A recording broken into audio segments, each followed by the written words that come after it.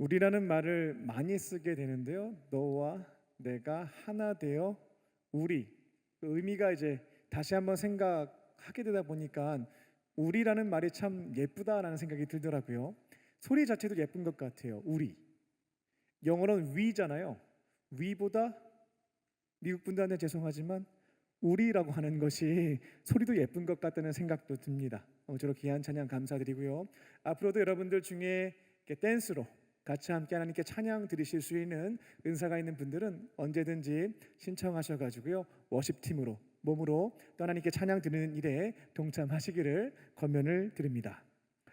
인생에서 예기치 못한 돌발 상황, 위기의 순간이라고 하는 것은 예기치 않게 도둑이 집에 드는 것처럼 갑작스럽게 발생할 때가 있습니다. 속담에 호랑이한테 물려가도 정신만 차리면 문제가 없다, 살 수 있다라는 말이 있는데, 그리스도인들은 이처럼 갑자기 닥쳐오는 위기 앞에서 어떻게 대처할 수 있겠는가라는 고민이 있겠습니다. 성경에서 여러 가지 원리들을 찾아볼 수 있겠는데요. 대표적인 것 중에 무엇이 있냐면 정체성을 기억하면, 즉 위기 앞에서도 내가 누구인지를 기억하게 되면 돌파할 수 있다라는 원리를 찾아볼 수가 있습니다. 창세기에 등장하는 야곱이라고 하는 사람, 그 이름의 뜻은 발 뒤꿈치를 잡은 자입니다. 그리고 그 원어에는 또 다른 의미가 한 가지 더 내포되어져 있는데 속이는 자라는 뜻이 있습니다. 원래 쌍둥이였거든요. 형이 먼저 나왔고 형 발 뒤꿈치를 딱 잡고 나와서 부모님이 그 행동을 보고 이름을 야곱, 발 뒤꿈치를 붙잡은 자라고 지었던 겁니다. 근데 의도하지 않게 야곱은 그 이름 때문에 스트레스를 많이 받았을 것입니다. 왜냐하면 야곱이 어떠한 인생을 살았냐면 남을 속이는 인생을 오랫동안 살았거든요. 사람들이 야곱 할 때 그냥 발 뒤꿈치를 붙잡은 자, 이것만 떠올라야 되는데 내포하고 있는 의미입니다. 속이는 자. 도둑이 재발저린다고 자기가 속였던 것들이 계속 생각나는 겁니다. 이름을 말할 때면 과거의 잘못이 계속만 들춰지는 것 같은 느낌들. 야곱은 쌍둥이 형 에서를 속여서 형에게 주어져 있었던 장자의 권한, 장자권과 장자에게 하나님이 주었던 축복권, 이 두 가지를 빼앗아 갔습니다. 형 에서가 나중에 이 사실을 알게 되었고 자신의 것을 속이는 방식으로 빼앗았던 야곱을 죽이려고 했습니다. 그래서 몰래 야반 도주했던 것이 야곱의 인생사였죠. 하나님이 이처럼 속이는 자가 되어서 인생을 살아가면 안 되잖아요. 그를 연단하기 위해 외삼촌 라반 집에서 20년 동안 훈련을 받게 하셨고, 삼촌이 계속해서 자신을 속여서 돈을 안 줍니다. 20년 동안 임금을 못 받고 고생해요. 야곱이 일은 한탄도 하거든요. 밤낮으로 내가 일을 했는데 받은 게 아무것도 없다. 하나님은 때가 되었을 때 하나님의 도우심으로 4명의 아내와 11명의 아들, 베냐민 태어나기 전입니다. 11명의 아들과 1명의 딸과 함께 고향 땅에 돌아오게 하시는데 걱정이 되죠. 형이 가만히 있을까? 형을 속여서 내가 집을, 장자권과 축복권을 가지고 떠났는데 형은 20년간 고생한 거 몰라요. 근데 결과만 보는 거죠. 하나님의 은혜로 마지막에 엄청난 부자가 돼서 돌아오게 되거든요. 내용은 모르고 결과만 봤을 때 형 입장에서는 내 장자권과 축복권을 빼앗아 가서 저렇게 부자가 됐구나, 분노할 수 있는 상황이었습니다. 야곱이 오는데 사람을 보내보니까 이런 소문이 들려오는 거예요. 팩트였습니다. 형이 나를 만나러 오는데 혼자 안 와요. 400명의 남자들과 같이 온다는 거예요. 그러니까 생각해보면 나 죽이러 오는구나, 내 거 다 빼앗으러 오는구나, 두려울 수밖에 없는 상황이었습니다. 환영해 주려고 400명 남자 데리고 오는 경우는 없잖아요. 두려워하고 있었던 야곱에게 하나님께서는 하나님을 대리하는 사자를 보내시게 되죠. 형 만나기 전날 밤이었습니다. 야복강에서 사자를 보내서 씨름을 하게 하시는데 야곱이 속이는 방식으로 위기를 탈출하지 않습니다. 끝까지 그 사자와 맞서 씨름하게 되죠. 씨름하는 도중에 하나님의 사자가 야곱의 환도뼈를 딱 때려서 뼈를 어긋나게 만드십니다. 엉덩이에 있는 뼈를 어긋나게 만드셨던 거죠. 그 일로 인해서 야곱은 발을 이렇게 절름발이가 됐다라는 것을 성경에서 찾아볼 수가 있습니다. 그때 하나님의 천사가 이와 같은 씨름 상황에서 과거의 행적과는 달리 속이지 않고 끝까지 정정당당하게 맞서 싸운 이 야곱에게 이름을 부여하게 되죠. 앞으로 너의 이름은 야곱이 아니다. 너의 이름은 이스라엘이다. 국가명이 되어 있죠. 이스라엘이다라고 말해주게 됩니다. 그 뜻은 하나님과 겨룬 자, 하나님과 겨루어서 이긴 자라는 뜻을 가지고 있습니다. 이름이라고 하는 것은 그 존재 자체를 설명하는 것이죠. 하나님께서 야곱의 이름을 바꿔주셨다라고 하는 것은 그 존재를, 그 정체성을 변경하신 겁니다. 너는 더 이상 속이는 자가 아니다. 어떤 상황에서도 당당히 끝까지 맞서 싸울 수 있는 사람으로 바뀌었다라는 의미에서 이스라엘로 이름을 변경하셨던 겁니다. 야곱은 그렇게 이름도 바뀌어졌고 또다시 형에게 속임수를 써서 위기를 탈출하려고 하지 않습니다. 하나님의 도우심, 그분을 의지하며 형 에서에게 다가가게 되죠. 근데 염려했던 것은 달리 형이 400명 데리고 왔거든요. 전쟁 날 줄 알았거든요. 근데 형이 안아주는 거예요. 형과 화해를 할 수 있게 되었다라는 겁니다. 제 해석이긴 합니다만 형 에서가 저 멀리에서 보는데 20년 전에 도망쳤던 내 동생은 어머니 사랑을 받으면서 사냥도 안 했거든요. 집안일, 어머니 가사만 도왔다라는 내용들이 있습니다. 어머니 치마폭에 탁 쌓여가지고 곱상하게 컸던 게 쌍둥이 동생 야곱이었는데 20년 동안 밤낮으로 노동했다고 했잖아요. 막 노동한 겁니다. 그러니까 사람의 얼굴이, 몸이 바뀌어 있는 거죠.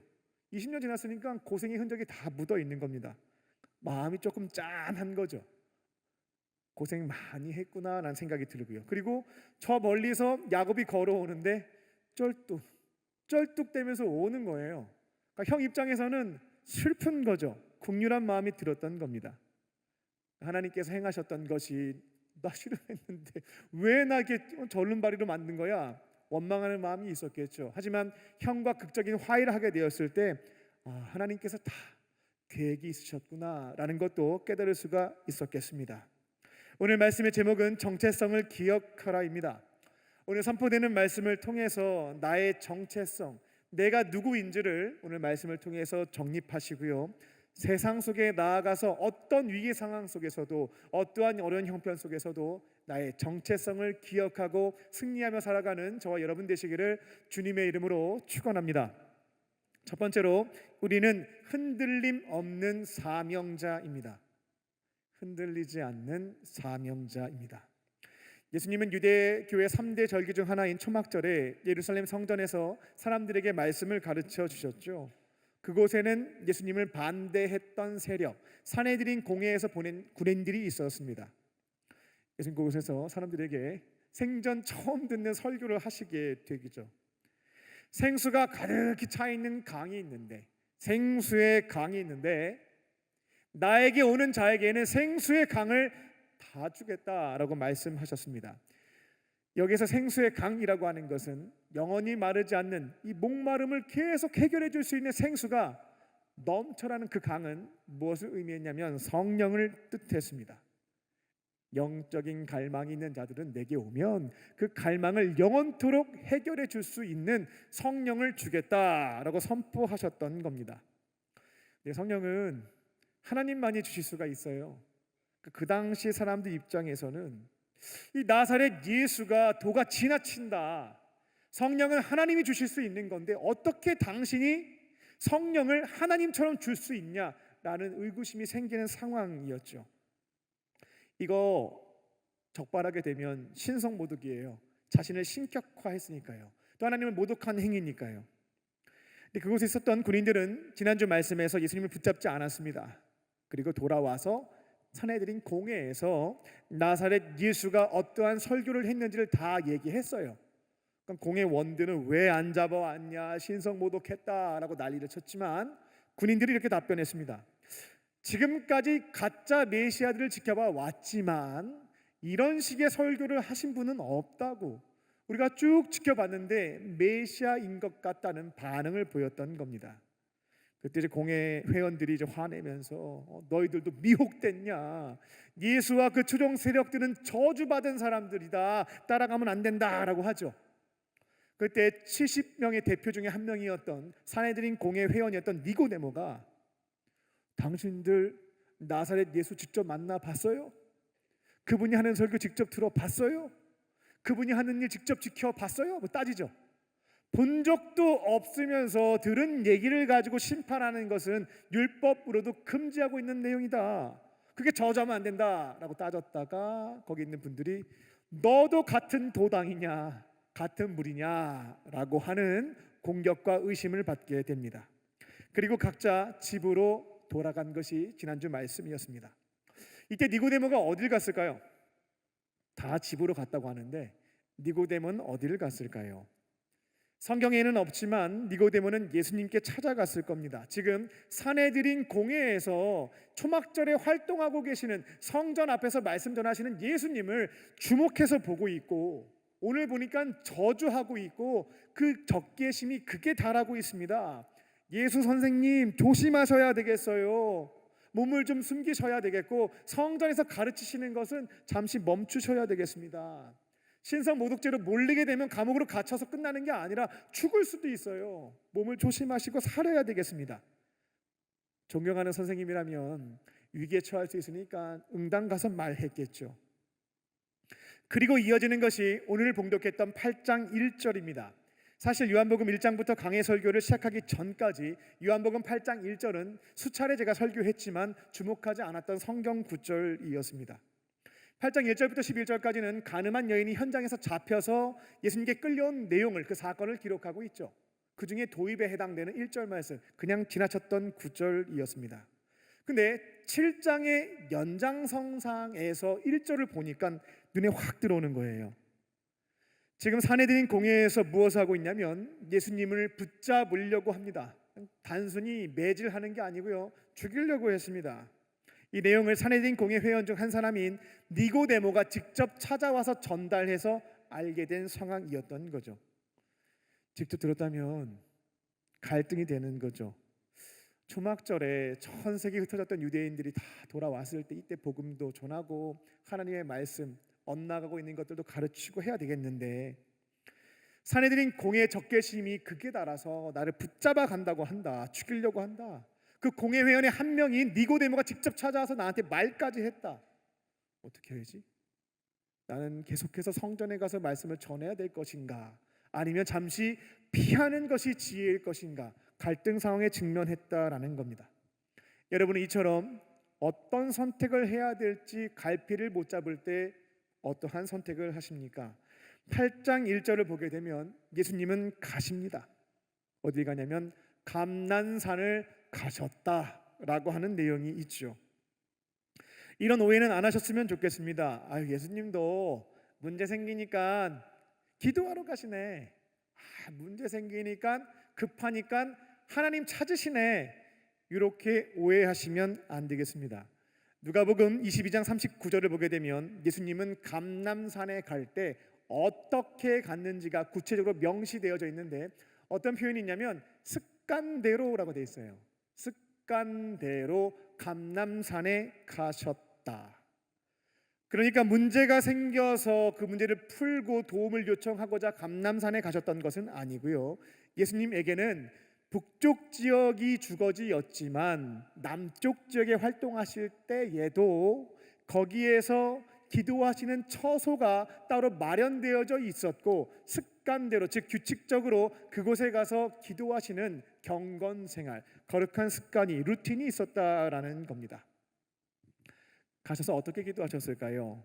겟세마네 동산에서의 기도를 보게 되면 예수님이 어떤 방식으로 기도하셨는지를 엿볼 수가 있는데, 일단 사건이 발생하게 되면 그 사건을 내가 스스로 진단한 뒤 결정 내리지 않습니다. 하나님께 다 이야기를 하죠. 그와 관련된 감정과 생각도 표현하십니다.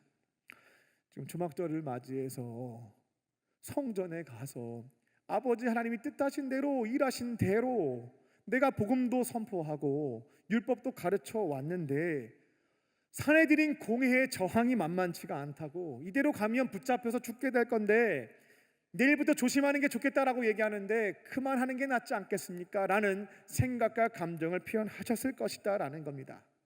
근데 겟세마네 기도를 보게 되면 예수님의 기도는 자신의 감정과 생각과 의견을 표출한 것으로 끝나지 않습니다. 마지막에 묻죠. 아버지의 뜻이 어디에 있는지 묻죠.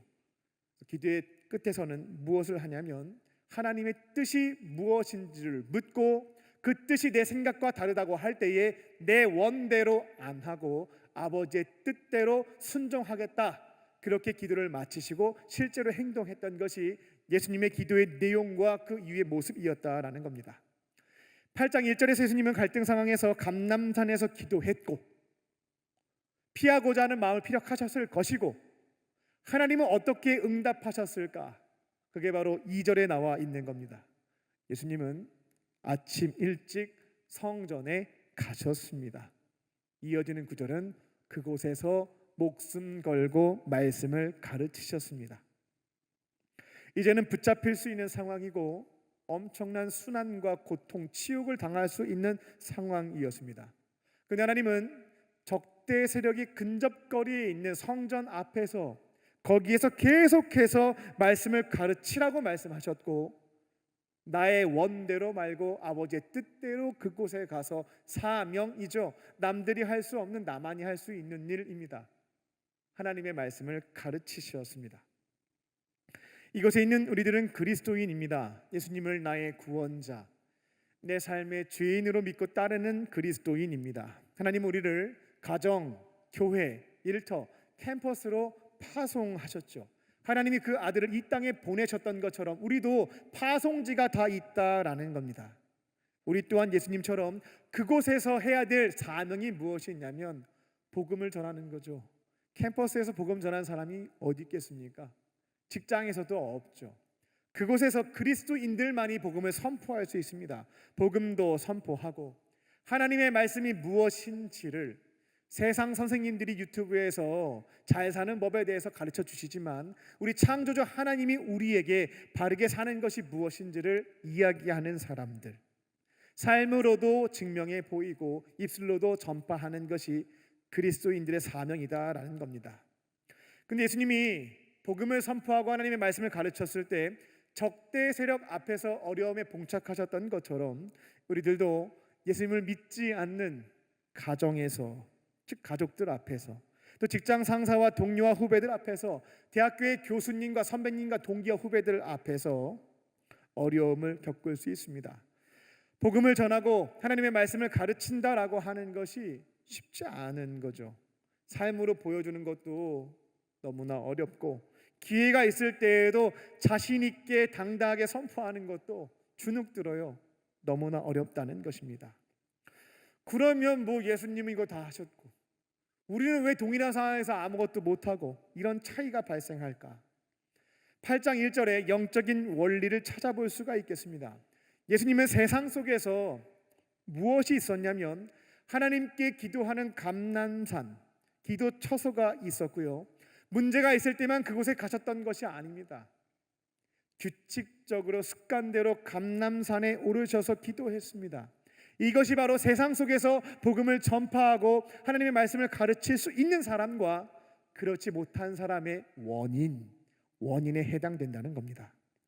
우리는 교회에서 일주일 좀 평균적으로 하루 정도 머뭅니다.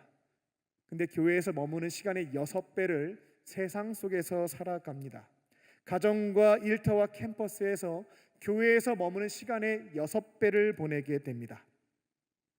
우리가 가정과 일터에서 복음을 전하고 하나님의 말씀을 가르치려면 엄청난 부담을 안게 되죠. 많은 사람들의 시선도 생각할 필요가 있겠습니다. 이 사명을 감당하려고 하면 참으로 무거운 짐에 해당된다는 것이죠. 예수님도 무거웠습니다. 십자가였습니다. 예수님처럼 이 일을 부담감으로만 갖지 않고 실제로 실천하려면 우리에게 무엇이 필요하냐면 8장 1절에 있는 것처럼 세상 속에서 하나님을 규칙적으로 만나는 감람산, 기도의 골방, 기도 처소가 있어야 할 줄로 믿습니다. 그곳에서 규칙적으로 기도하는 습관이 캠퍼스 안에서 어느 한 지점에서, 일터의 어느 한 곳에서, 가정에서 감람산과 기도의 골방을 만들어 규칙적으로 하나님과의 교제가 있을 때에 주시는 능력과 담대함과 용기와 지혜를 가지고 아무도 하지 않아요. 그리스도인만이 할 수 있는 겁니다. 그들에게 복음을 전달하고 하나님의 말씀이 무엇인지를 가르치는 그 사명을 감당하게 될 줄로 믿습니다. 세상 속에서 다윗처럼 흔들림이 없는 사명자로 살기 위해서 파송받은 그 자리의 기도의 골방, 각자의 감람산을 찾으시고 이제는 규칙적으로 기도하는 것을 통하여 그곳에서 나의 원대로 하나님께 구하는 것보다 아버지의 원대로 나의 사명을 그 땅 가운데 이루어가는, 감당하며 승리하는 저와 여러분 되시기를 주님의 이름으로 축원합니다. 두 번째로, 우리는 용서받은 죄인입니다. 우리는 용서받은 죄인이라는 정체성을 붙잡고 계셔야겠습니다. 3절입니다. 예수님은 사람들에게 말씀을 가르치고 있었는데 서기관들과 바리새인들이 간음을 저지르고 있는 여인을 현장에서 붙잡아서 끌고 왔습니다. 이것만 봐도 조금 화가 나기는 해요. 현장에서 잡았으면 남자도 있잖아요. 근데 남자는 안 잡아왔어요. 사회적 약자였던 여성만 붙잡아 왔던 겁니다. 그리고 말씀을 가르치시고 있는데 그 가운데 그 여인을 세우게 됩니다. 그리고 예수님께 묻죠. 라비어, 선생님이요, 메시아라고 생각하지 않습니다. 라비어. 이 여인이 간음을 저지르다가 현장에서 잡혔고 5절 말씀입니다. 모세의 율법을 보게 되면 간음한 여인을 붙잡게 되면 돌로 쳐서 죽여야 된다라고 하는 율법의 내용이 있는데, 라비어, 자칭 라비어, 어떻게 하면 되겠습니까? 라고 물었습니다. 그 당시 모세의 율법을 문자 그대로 지켜서 실제로 간음한 여인을 돌을 던져서 죽였다, 이런 사례를 찾기는 어렵긴 합니다. 그래도 예수님 입장에서는 이 질문을 받게 되었을 때 어떠한 답변을 해야 되는지 굉장히 난처한 상황이었습니다. 돌로 치라고 하면 율법을 준수하는 사람의 이미지는 줄 수 있겠지만 정말 그 여인 죽을 수도 있어요. 그리고 지금까지 죄인들을 용서해 주라고 가르치셨던 분인데 내가 붙잡힐 것이 두려우니까 지금까지 말했던 것과는 다른 것을 전달할 수는 없는 거죠. 근데 돌을 던지지 마라, 다 죄인들, 우리 다 똑같은 죄인인데 돌 던지지 마라 라고 하면 사람들이 이제 적대 세력들이 난리치는 거죠. 저 봐라, 저 율법 하나도 안 지킨다고, 하나님의 말씀을 무시하는 자라고 비아냥거리고 공격할 수 있고 붙잡아갈 수도 있었습니다. 예수님께서 첫 번째로 포교했던 대상은 유대교인들이었기 때문에 그들에게 있어서 모세의 율법, 십계명에 기록되어 있는 어떤 그런 율법들을 어기는 것들은, 반대되는 얘기는 충격이었습니다. 예수님이 다가갈 수 없는 상황이 될 수도 있었습니다. 6절입니다. 예수님은 어떻게 답변을 해도 문제가 되는 상황이니까 잠시 생각하셨던 것 같습니다. 그리고 성경을 보게 되면 몸을 굽혀서 땅에 손가락으로 글씨를 쓴 거예요. 몸을 굽혀서 글씨를 막 쓰기 시작합니다. 어떤 내용을 썼는지 학자들이 연구했지만 결론을 도출하지 못했어요. 하지만 이런 내용을 쓰셨을 것이다 라고 해석하고 추정해 볼 수는 있겠습니다. 산상수훈 말씀을 보게 되면 이 간음한 여인에 대해서 주셨던 가르침이 있거든요. 예수님이 그렇게 산 위에서 몰려든 사람들에게 가르쳐 줬습니다. 십계명을 보게 되면 간음하지 말라가 있는데 여러분들 다 잘 지키고 있어서 나는 깨끗하다 생각하시죠. 이렇게 출발이 돼요. 근데 여러분들 다 간음했어요. 충격에 휩싸이는 상황이었습니다. 어떻게 설명하시냐면, 지나가는 여인에게 음욕을 품잖아요. 이 간음이에요. 실제로 간음한 것과 똑같이 하나님께서는 여기십니다 라는 말씀을 하시는 바람에 사람들이 충격에 휩싸였던 사건들이 있었습니다. 간음한 여인이 붙잡혔을 때 몸을 굽혀서 아마 그 내용을 다시 한번 기록하지 않으셨겠는가. 그리고 그 당시에 사람들이 나는 깨끗하고 저 여인은 죄인이야 라고 하는 프레임이 있었거든요. 이거 깨뜨리시기 위해서 어린애들부터 노인까지 그 시대 사람들이 일상적으로 저지르는 범죄, 죄의 제목들을 쭉 하나씩 쓰셨다라고 추정해 볼 수가 있겠습니다. 사람들은 예수님이 어떤 말씀을 하실지 막 기대하고 있는데 뭔가 글씨를 막 써, 다 쳐다보고 있는 거죠. 근데 보는데 충격받는 거죠. 저 여인 진짜 나쁜 사람이고 돌 던져서 내가 치려고 했는데 보니까 나도 별반 다르지 않네 라는 생각이 들기 시작했던 겁니다. 그 내용을 봤을 때 우리 속담 중에 똥 묻은 개가 겨 묻은 개 나무란다 라는 말이 있거든요. 딱 떠오르는 거죠. 그런 상황에서 예수님이 방점을 찍으셨습니다. 7절을 보게 되면 이처럼 혼란을 겪고 있는 자들에게 이 중에서 죄 없는 사람 있으면 돌 던지세요 라고 말씀하셨던 거죠. 그리고 8절을 보게 되면 또다시 몸을 굽혀서 땅에 글씨를 쓰기 시작하십니다. 그들이 일상적으로 저질렀던 죄를 쭉 스쳤을 거예요. 사람들이 그 말 듣고 보면서 지금 누가 누구를 비난하나 생각이 휩싸였을 겁니다. 구절을 보면 어떠한 결과가 나오냐면 그곳에 있었던 사람들이 양심의 가책을 느꼈다라고 합니다. 그래서 어른들로부터 장성한 노인에 이르기까지 하나씩 하나씩 손에 들고 있었던 돌을 내려놓고 떠났다. 한 사람도 남지 않고 모든 사람이 떠나갔다라고 기록이 남아있죠. 우리는 누구입니까? 사람들 앞에서 어깨에 힘도 주고 때로는 고개도 빳빳이 들고 살 수 있겠지만 또 이미지 메이킹을 잘해서 선한 사람이라고 그렇게 인정받을 수도 있겠지만 모든 것을 다 알고 계시는 마음과 생각까지 꿰뚫어 보시는 하나님 앞에서는 고개 들 수 있는 사람 없다라고 볼 수 있습니다. 당당할 것이 없는 죄인들이다라는 겁니다. 그리스도인들은 세상에 있는 사람들과 다르지 않습니다. 똑같이 죄인이에요. 그나마 차이가 있다라고 한다면 우리는 용서받은 죄인이다. 아직 저들은 하나님께 용서받지 못한 죄인이다. 이렇게 구분은 해볼 수가 있겠습니다. 우리가 파송받은 삶의 자리인 가정과 교회와 일터에서 다양한 사람들 볼 수 있죠. 말씀에 비추어 보게 되면 죄인이구나 하는 사람도 분별할 수가 있겠습니다. 그런데 우리의 역할은 정죄가 아닙니다. 정죄하고 그 다음에 돌을 던져서 심판하는 것, 우리가 할 역할이 아니다라는 겁니다. 정죄와 심판은 죄가 없는 분, 모든 것을 다 알고 계시는 하나님께서 하시는 거죠. 우리는 동일한 죄인으로서 그 범죄하고 있는 그 사람 위해서 기도하고요, 그 사람을 혐오하는 감정이 다 씻겨 내려져 가고 사랑의 마음이 생겨지는 그 시점에 찾아가서 알려주는 겁니다. 당신 지금 하나님 앞에서 범죄하고 있다고. 그리고 나처럼 하나님께로 돌아오게 되면 용서받는 죄인, 용서받을 수도 있고 그 죄도 끊어낼 수 있고 이 지점에서부터 자유함을 얻을 수 있다고 말하는 것이 우리의 역할이다라는 겁니다. 개인적인 말씀을 드려서 죄송합니다. 제가 어제 청년한테 얘기 들어갖고 자꾸 웃음이 나와요. 제가 이 멘트를 하면 개말죄로 줄였더라고요.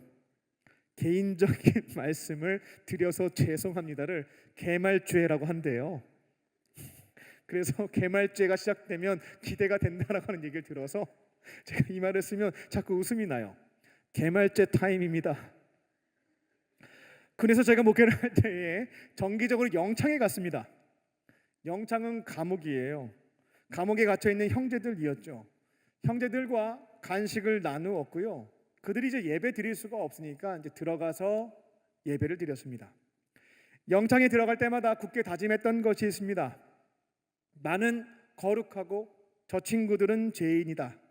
이런 사탄의 유혹과 교만한 생각에 사로잡히지 않기 위해서 늘 다짐했던 것은 나도 죄인이야 라는 생각이었습니다. 나는 걸리지 않아서 영창 밖에 있을 뿐이고 저들은 안타깝게도 걸려서 영창 안에 있을 뿐, 똑같은 죄인이다 그 생각했습니다. 영창 안에 있는 형제들이나 영창 밖에서 활동하고 있는 나나 다를 것이 없다. 하나님 앞에서 무슨 차이가 있겠는가, 그 마음을 굳게 다짐하고 들어갔습니다. 그리고 예배를 인도하면서 나 또한 죄인이고 나는 안 걸려서 밖에 있는데 당신들은 걸려서 이 안에 있는 거라고 얘기했습니다. 그리고 우리를 죄에서부터 용서해 주실 수 있는 분, 이 죄에서부터 자유함을 주실 수 있는 분, 새로운 삶으로 인도하실 수 있는 분은 예수님밖에 없다라고 복음을 전했습니다. 나도 동일한 죄인인데 예수님 믿음으로 용서받은 죄인이 될 수가 있었고 죄악된 열매들로 나의 의지는 잘 되지가 않는데 예수님 믿으니까 도우심으로 하나씩 들씩 그나마 끊고 살고 있다라고 전했습니다. 여러분도 이제 예수님 믿으면 용서받은 죄인이 되어 새로운 인생 살 수 있어요 라는 말씀도 전했습니다. 우리는 하나님 앞에서 동일한 죄인들입니다. 똥 묻은 개가 겨 묻은 개 나무랄 수 없습니다. 우리가 누군가를 정죄하고 심판할 수 없다라는 거죠. 그렇다고 해서 죄를 방치하는 것 절대로 아닙니다. 죄를 범한 형제들을 그들을 위해서 기도해야 되겠고요, 처음에는 혐오하는 마음 들어요. 나는 깨끗하고 저들은 지저분하다라고 하는 프레임에 갇히기도 합니다. 기도하면서 혐오의 감정들 하나씩 다 씻어버리고요. 이제 사랑하는 마음으로 바뀌면 찾아가는 겁니다. 그러면 무슨 얘기를 해도요, 사랑하는 마음에서 하는 권면은 화내지 않습니다. 경험해 보셨을 거예요. 혐오하는 감정에서 나는 깨끗하고 넌 지저분해 라는 마음에서 나오는 말들은 상처가 되고 분쟁의 씨앗이 되지만, 사랑하는 마음에서 전달하는 것은 싸움의 원인이 되지가 않습니다. 사랑하는 마음으로 무엇이 죄인지 가르쳐주고, 당신도 예수님 믿으면 그 죄에서부터 자유함을 얻을 수 있고 새로운 삶을 살아갈 수 있고 용서받은 죄인 될 수 있다는 것을 전하는 것입니다. 이 말씀을 붙잡고 내 곁에 있는 죄인들을 예수님께로 인도하는 저와 여러분 되시기를 주님의 이름으로 축원합니다. 끝으로 우리는 뜻에 순종하는 제자입니다. 우리는 예수님의 뜻에 따라가는 제자들입니다. 오늘 본문에는 세 부류의 사람이 등장합니다. 첫 번째는 제자죠. 제자는 예수님을 누구라고 부르냐면 구원자, 주님, 다윗의 자손, 메시아 이렇게 호칭하는 것들을 볼 수 있습니다. 내 앞에 계신 예수님을 나의 구원자로 믿고 그분의 말씀이 진리임을 신뢰하며 따르는 사람들, 구원자이신 예수님이 나에게 가르치신 그 말씀이 세상의 논리와 반대된다 할지라도 용기 내어 따르는 사람들을 제자라고 하죠. 두 번째 부류는 무리입니다. 그들은 예수님 곁에 머물러 있는 것에서는 제자와 차이점을 찾을 수가 없습니다. 똑같이 예수님 곁에 있어요. 그들 또한 예수님의 말씀을 즐겨 듣고 기적도 목격하고 구경합니다. 그럼 제자와의 차이점이 어디 있겠는가? 예수님을 구원자로 확신하진 않습니다. 그래서 주님, 다윗의 자손, 메시아, 구원자 이런 표현을, 이런 호칭을 쓰지 않는 것을 성경에서 확인하실 수가 있겠어요. 계속 의심이 남아있거든요. 그런 사람들의 특징이 뭐냐면 예수님을 이렇게 부릅니다. 선생님, 라비어 이렇게 부르는 것을 확인해 볼 수 있죠. 계속해서 예수님을 관찰하고 있습니다. 메시아가 맞을까? 구원자가 맞을까? 그 말씀이 진리가 맞을까? 관찰 중이죠. 그리고 이러한 생각도 가지고 있습니다. 지금 무리들 입장에서는 메시아로 추정되는 예수님에게 기대하는 바가 있었어요. 오병이어 사건에서도 놀라운 기적을 행하시게 되자 빨리 우리의 임금이 되어서 저 지긋지긋한 로마 제국 좀 박살내달라고 얘기했었거든요. 예수님이 나 왕 되려고 온 거 아니에요 라고 해서 산으로 피하셨다라는 내용 기억하실 겁니다. 그들은 우리가 원하는 거, 내가 원하는 거 들어주면 메시아로 인정하겠다라는 자세도 갖고 있었던 것이 무리였습니다. 마지막은 적대 세력입니다. 예수님을 반대하는 자들이죠. 그들은 예수님을 거짓 메시아, 자칭 메시아라고 생각했습니다. 그래서 어떻게든 그 거짓을 드러내기 위해서 많은 노력들을 했죠. 어떻게든 망신도 주려고 했고 논쟁을 통해서 거짓을 밝혀내려고도 했고요.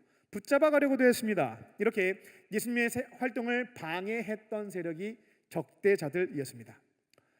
지금 교회 공간 안에는 두 부류의 사람들이 모여 있습니다. 먼저는 제자들이 있죠. 예수님을 나의 구원자, 주님으로 고백하며 그분이 가르치셨던 말씀들을 진리로 믿고 따르는 사람들입니다. 주일이면 교회에 와서 나를 구원해 주신 예수님, 그분께 감사의 예배를 드리고, 예수님이, 나의 주님이 내가 어떻게 살기를 원하시는지 오늘 설교 말씀을 통해서 내가 들을 거야. 그 말씀 선포되며 그 말씀대로 살아갈 거야. 나는 믿음과 삶이 있는 사람들, 그들이 바로 제자입니다. 그리고 이곳에는 무리도 있습니다. 아직까지 예수님 잘 모르겠어요. 주변에서 다 구원자라고 하고 메시아라고 하고 살아계신 하나님의 아들이라고 하고 예수님 믿으면 구원받는다고 하고 부활하신 예수님 인격적으로 교제할 수 있다고 하고, 근데 저는 잘 모르겠어요 하는 분들입니다. 그래도 예수님이 구원자일 수 있는 가능성이 상당히 높아 보이니 교회에는 나오고 있는 겁니다. 말씀도 듣고 있고요. 근데 문제가 있습니다. 삶의 자리에서 갈등과 선택의 상황이 발생하게 되면 예수님을 구원자로 믿는 자들은 그 말씀이 진리임을 신뢰하며 세상의 가르침과 반대가 돼도 선택하면서 꾸역꾸역 걸어가거든요. 근데 무리들은 자신감이 없는 거예요. 예수 선생님의 말씀과 유튜브에 있는 선생님의 말씀이 달라요. 그러니까 갈등이 되는 겁니다. 메시아라는 확신이 있다면 그 말씀을 진리로 따르겠는데 불분명하니까 계속 갈등하다가 선택하지 못한다라는 겁니다. 그리고 이번에 이거 들어주면 내가 예수님 믿을게요. 계속 시험만 하고 있는 겁니다. 교회 밖에는 적대 세력이 있습니다. 계속해서 공격하는 사람들이 파송받은 삶의 자리에 계실 겁니다. 태풍이 몰아쳐서 시민들이 피해를 받습니다. 그런 공격이 들어오죠. 야, 무슨 하나님 살아계신다며, 하나님 선하시다며. 근데 자연재해 왜 나는 거야? 자연재해 나면 가난한 사람들만 더 고통당하는데 선하신 하나님이 자연재해 왜 일으키는 거야? 막 공격을 하죠. 전쟁에 대한 이슈가 떠오르게 되면 또다시 공격합니다. 야, 그 전쟁 그 악인들이, 악한 집단들이 일으킨 건데 하나님 능력자라며, 전능하시다며. 근데 그 악한 집단 왜 가만히 내버려 두는 거야? 얼마나 많은 사람들이 파괴되고 있는데 왜 내버려 두는 거야? 전능하다며 아무것도 못하네. 그럼 살아있는 건 맞아? 라는 공격들이 들어온다는 겁니다. 여러분은 제자입니까? 무리입니까? 적대 세력입니까? 이곳에 계신 분들은 예수님의 제자인 줄로 믿습니다. 세상의 다양한 공격 앞에서도, 다양한 논리 앞에서도 예수님은 나의 구원자이시고 내 삶의 주인이시며 그분의 가르침이 절대 불변의 진리임을 신뢰하며 다양한 선택과 결정 상황에서 예수님의 가르침을 진리로 믿고 따르는 제자인 줄로 믿습니다. 갈등하는 사람에게, 공격하는 자들에게 하나님의 일하심과 역사하심은, 살아계신 그분의 일하심을 경험하는 것은 희박합니다. 정말 특별하게 그 사람을 쓰시기 위해서 역사하시는 것 제외하고는 찾아보기가 어렵다라는 겁니다. 하지만 예수님을 구원자로 믿고 그 말씀을 진리로 믿고 순종하는 자들에게는 살아계신 그분이 일하심을 경험하는 일들이 계속해서 일어난다라는 것입니다. 세상에서 이루어지는 다양한 공격들과 질문 앞에서 하나님이 아닌 이상 모든 것을 어떻게 다 설명할 수가 있겠습니까? 하지만 우리에게 선포되어진 예수님의 말씀과 삶과 가르침과 죽음과 부활을 믿고 걸어갈 때에 우리는 하나님의 일하심을 경험할 수 있게 되고, 모든 질문에 답변은 할 수 없어도 지금 살아계셔서 내 삶에 역사하시는 하나님은 내 삶을 통해서 증명해 보일 수 있다라는 것입니다. 각자의 삶의 자리에서 나는 제자다, 예수님의 제자다 라는 것을 기억하시며 우리의 구원자이시자 진리를 가르쳐 주신 예수님의 말씀을 붙잡고 걸어가심으로 내 삶에 역사하신 살아계신 그분을 증명하며 살아가는 저와 여러분 되시기를 주님의 이름으로 축원합니다.